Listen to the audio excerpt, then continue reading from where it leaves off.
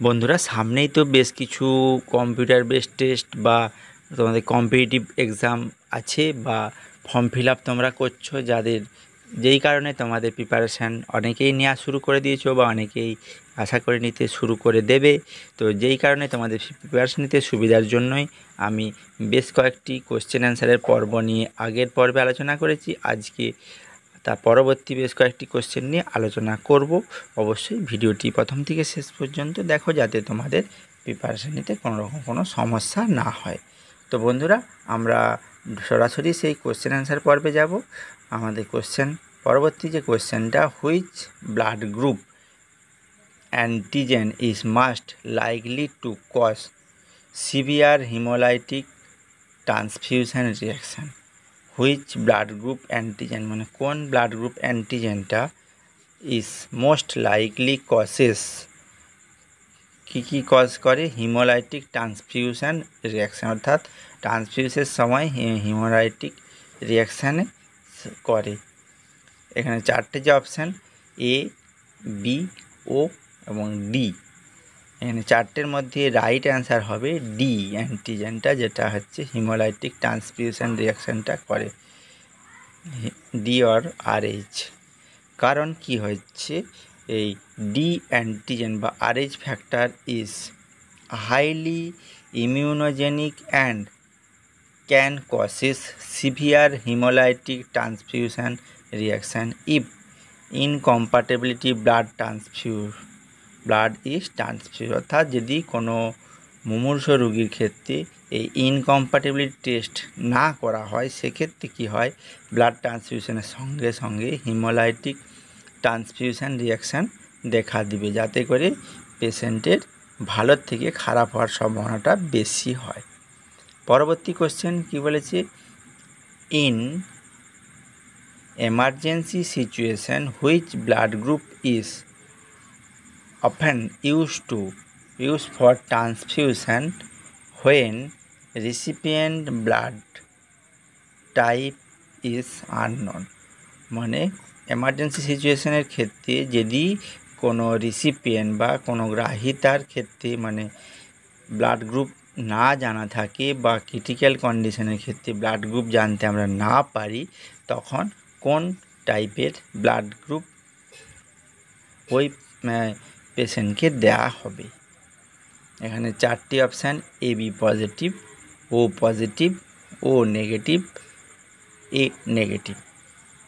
এখানে আমরা আগে দেখেছিলাম এই কোশ্চেনটি প্রায় সিমিলার কোশ্চেন বা এই কোশ্চেনটি রিপিটেশনও বলা চলে। এখানে বলা হয়েছে যে তাহলে আননোন পারসন যার ব্লাড গ্রুপ জানা নেই, মুমূর্ষ রোগীর ক্ষেত্রে কোন ধরনের ব্লাড গ্রুপ দেওয়া যেতে পারে। এখানে রাইট অ্যান্সার হবে অ্যান্সার সি, অর্থাৎ ও নেগেটিভ। কারণ কি, O negative blood type is use to emergencies when the recipient blood group is unknown because it is universal donor. Okay, next question, all of the following except the component of the ABO blood group system, মানে এগুলির মধ্যে কোনটি ABO blood grouping সিস্টেমের মধ্যে নেই? A antigen, B antigen, O antigen, H antigen. Right answer হবে H antigen. কারণ আমরা জানি যে ABO ব্লাড গ্রুপিং সিস্টেমের মধ্যে কি হচ্ছে, A এবং ABO অ্যান্টিজেন থাকে, বাট নট H অ্যান্টিজেন, তার মধ্যে কোনো H অ্যান্টিজেন পাওয়া যায় না। পরের question, all of the following are true about RH negative individual. এখানে বলেছে যে নিচের যে অপশানগুলি দিয়েছে তাদের মধ্যে সবগুলি ঠিক হচ্ছে, RH নেগেটিভের ক্ষেত্রে কোনটি ভুল সেটি তোমাকে ডিটেক্ট করতে হবে।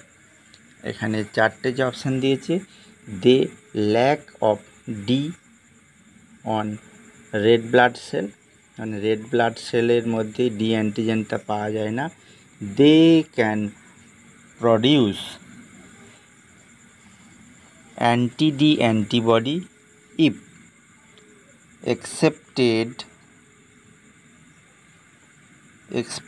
exposed to Rh positive blood.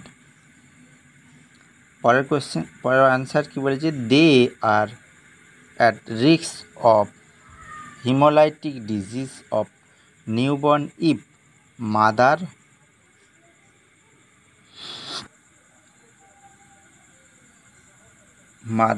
is Rh negative and fetus is Rh positive। পরের অপশান কি বলেছে, they can receive Rh negative blood without risk of an immune reaction. এখানে চারটের মধ্যে রাইট অ্যান্সার কোনটি?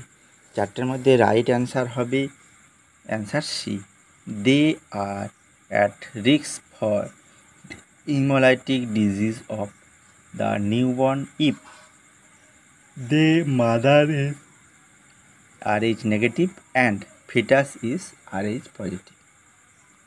Because Rh negative mother are at risk for hemolytic disease of the newborn if fetus Rh positive, not the other way around. Question number 15. All of the following are true above the direct Coombs test except, এদের মধ্যে সবগুলি direct কুম টেস্টের ক্ষেত্রে true. কোনটি true নয়? এখানে চারটি option, to detect antibody,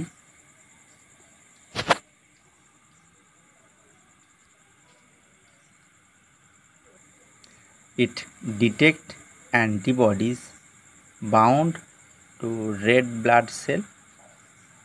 Option number B, it is used to diagnose hemolytic anemia. Option C, it detect free antibody in serum.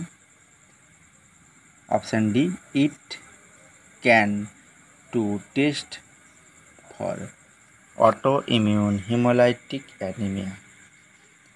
এখানে চারটে অপশানের মধ্যে রাইট অ্যান্সার কোনটি হবে? চারটে অপশানের মধ্যে রাইট অ্যান্সার হবে answer C, to detect free antibody in the serum. The direct Coombs test detect antibody bound red blood cell. এখানে অ্যান্টিবডি ডিটেক্ট করা হয় যেটা হচ্ছে রেড ব্লাড সেলের সঙ্গে বাউন্ড করে। Not free antibody in serum, যেটা সিরামের মধ্যে ফ্রি অ্যান্টিবডি আছে সেটা নয়, যেটা হচ্ছে রেড ব্লাড সেলের সঙ্গে অ্যান্টিবডিটা বাউন্ড করছে সেইটাকে ডিটেক্ট করা হয়। Question number 16, all of the following are true above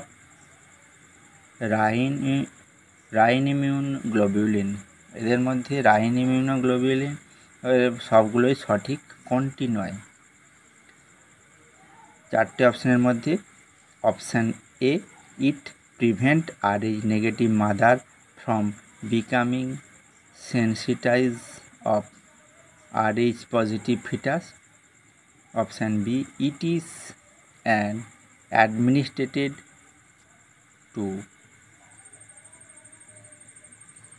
Rh positive mother during pregnancy.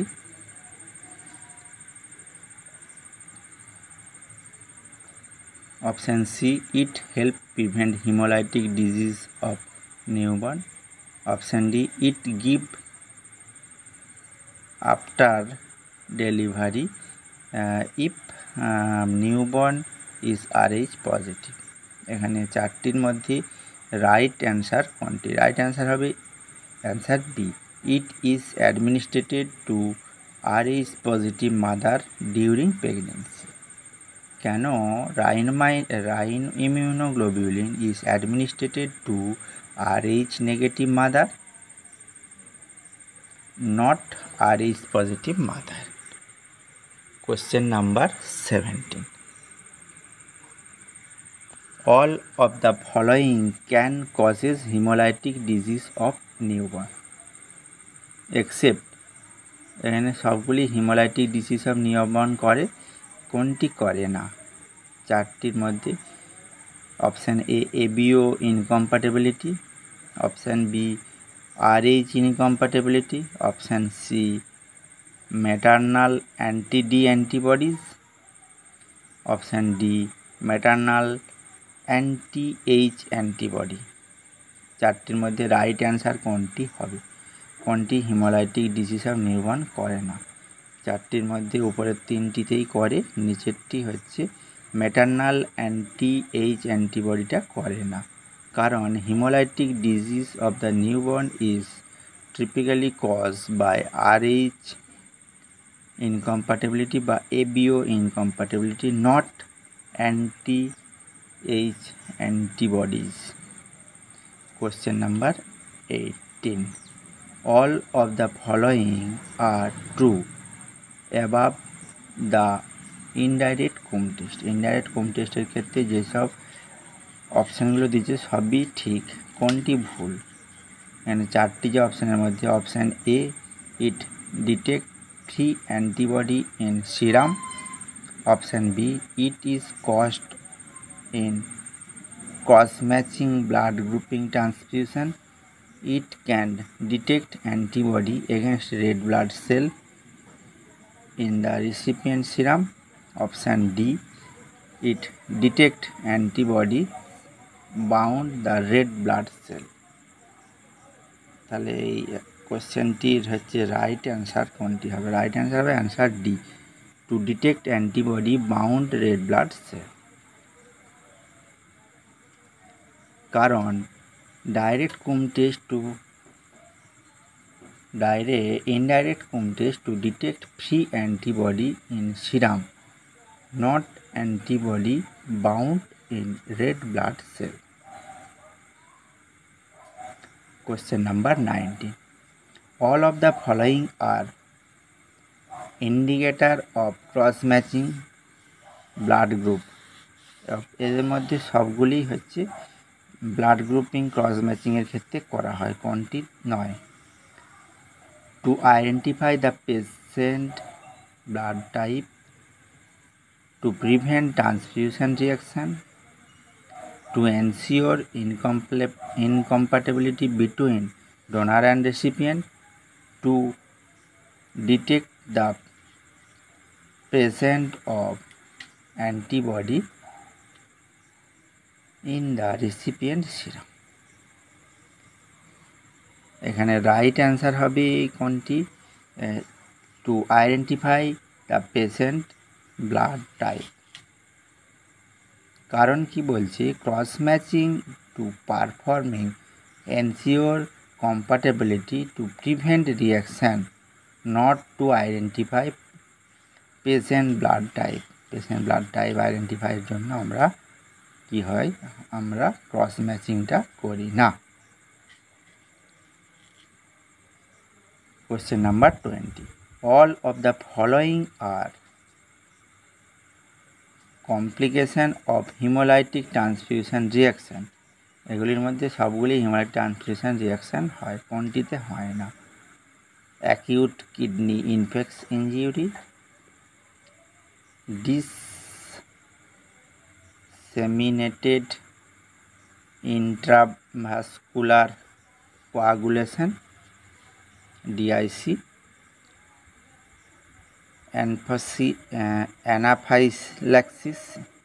Anaphylaxis আর অপশান ডি হিমোলাইসিস। এখানের মধ্যে তাহলে কোনটি হিমোলাইটিক রিয়াকশান করে না? এখানে রাইট অ্যান্সার হবে অ্যানাফাইল্যাক্সিস। অ্যানাফাইল্যাক্সিসটা কি? It is a typical complication of hemolytic transfusion reaction which involve কি, যেটা হচ্ছে কি করে? হিমোলাইসিস করে অ্যাকিউট কিডনি ইনজিউরির ক্ষেত্রে অ্যান্ড ডিআইসি এবং কিডনি ইনজিউরির ক্ষেত্রে ডাইরেক্টলি ইনভলভ। তো বন্ধুরা, আজকে আবারও পরের যে 10টি কোশ্চেন এবং তার অ্যান্সার নিয়ে আলোচনা করলাম, ব্লাড ব্যাঙ্ক রিলেটেড বা ব্লাড গ্রুপিং সংক্রান্ত। তো এইভাবে আমি পরপর কোশ্চেন অ্যান্সার নিয়ে আসতে থাকবো। অবশ্যই চ্যানেলটির সঙ্গে থাকবি এবং পরবর্তী কোশ্চেনের যে সেটটি খুব শীঘ্রই আমি নিয়ে আসছি, অবশ্যই সঙ্গে থাকো।